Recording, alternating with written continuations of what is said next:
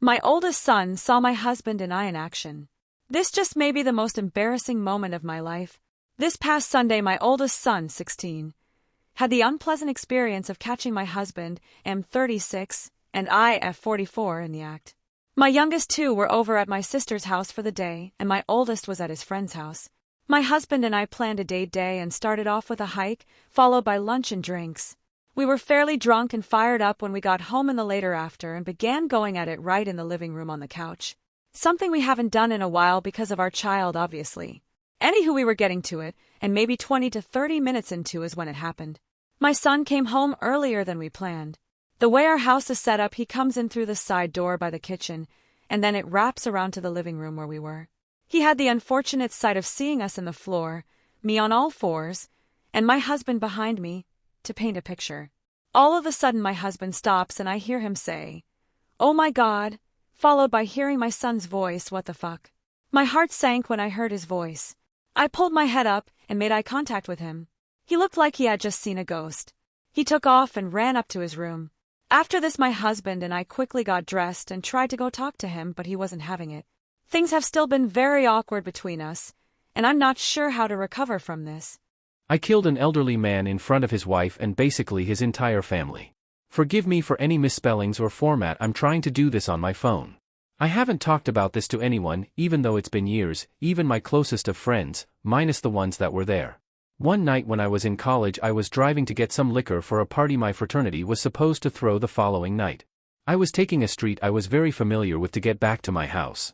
It was dark, but the street was lit with street lamps. I remember that I looked at my radio for a second, just a second, not very long at all. But when I looked back up to the road, there was a man crossing. I didn't have any time to react. By the time I saw him, he had already hit the good of my car and bounced off the side. I remember screaming and hitting the brakes, and the wash of horror of what had just happened. I'll admit I had thought about speeding away, but I pulled over to the side and ran out of my car to check on this guy. When I got to him, his family was standing outside the restaurant he was leaving, and they were all screaming and crying. He is laying on the side of the road with blood coming out his nose and mouth. Two other men were standing with him trying to see if he was all right and calling 911. All I could say was, I didn't see him. I was frantic by the time it had set in what I had done. I sat on the curb across from the family and listened to their crying in agony while we waited for the paramedics to arrive. I sat there and sobbed while the paramedics took him away in an ambulance. I don't believe I've ever cried so hard and for so long. The worst part about all of it, and what still kills me today, was that his wife came over to me while I was distraught on that curb, sat next to me, placed her hand on my shoulder and said, I was married to him for almost 50 years. We had a good life. Then she hugged me and said that she forgave me. After everything was said and done, it was ruled that it was an accident. I wasn't charged with anything, and I had one of my friends pick me up from the police station. I went down a dark path the years after that. I drank heavily, dropped out of college in my senior year, and had to move back in with my mother and father because I couldn't hold on to a job. Even tried to kill myself with pills.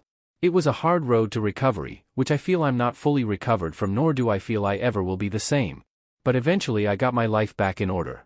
Joined up with the Navy and saw a bit of the world, and now I'm on track to go back to college and hopefully finish what I started there. It took almost a decade, but I finally start to feel almost whole again. I'm back to hanging with my friends, and actually going out. So maybe there is a light at the end of the tunnel. Edit. Wow, you guys are awesome. Thanks for the support and feedback. I've never really posted anything on Reddit before because people can be assholes, but all these kind words are moving. Thank you. And big thanks to whoever reformatted my post. I'm shit at this, so thanks homie.